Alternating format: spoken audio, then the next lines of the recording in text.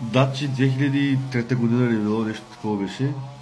Малко след казармата аз бях почнал да работя корабната. И при това 2 години нямаме ток вкъщи. Ама нали в корабната почна да взема хубави парички. И към на баща ми, нали, те пари там вари плати тока. И така татко, добре, няма проблем, взема парите, той. И аз даже отивам на работа сега. То четвъртък ли било, петък ли беше нещо е такова, нали? Вика, защото се прибира вечерта, гледам пак няма ток, нали? И викам на баща, ко стара, вика, не знам, вика. Не дойдоха, вика. Сигурно утре, утре, там събота, неделя, дойде понеделник. Вече, дали, прибирам се, гледам пак няма ток вкъщи. И сега, аз познавам баща ми. Дали, викам, тате, ко става тук?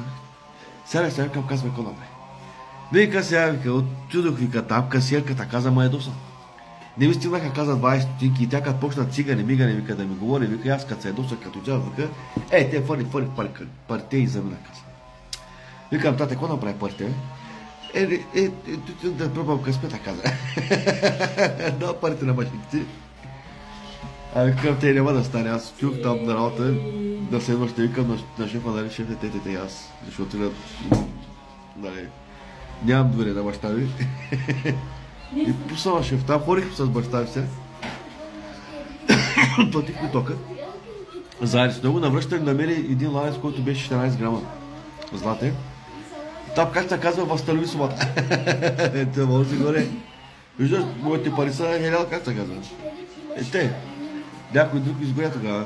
Ама те. И днеска прави 3 години как ти е починал. И много ми такова. Без него сякаш съм половин човек. Въпреки всичко, много добре се разбрахме с теб. Аз никога не съм искал на баща ми да не съм отговарял. Макар че бях женен, две деца имах 3. Дали и трите ги видя. Не съм такова, жена ми да знае.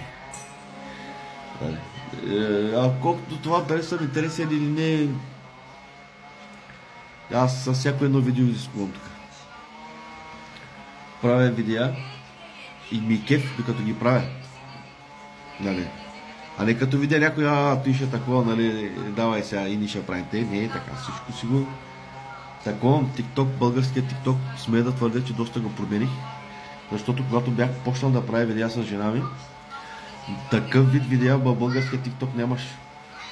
Всички правиха лайфове с най-хубавите си дрехи и седяха всичките те културно, нали? За такова аз ги оттъквах тези работи, ги промених. Но за някой работа съжалявам ли? Съжалявам, да. Може би в лайфовете прекалено много се самозабравят хората. Понякога псуват напред-назад, такова обиждат.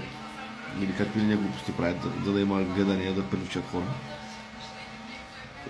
Това не го имах преди тогава. Да, смисъл. Аз имам 45 100 последователи и съм блокирал последните 2 месеца над 4000 човека. Разбраш ли ме?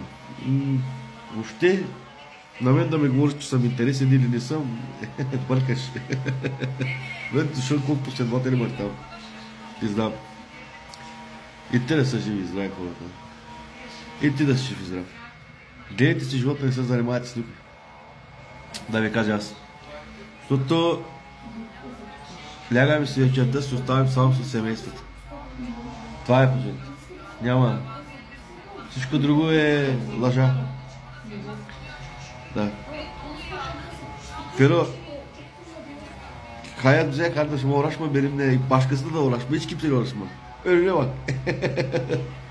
Хайат то къдаки са? Али, въобще ли си състоя? Да се занимаваш с то със Соня, няма да разбери как ще остариш.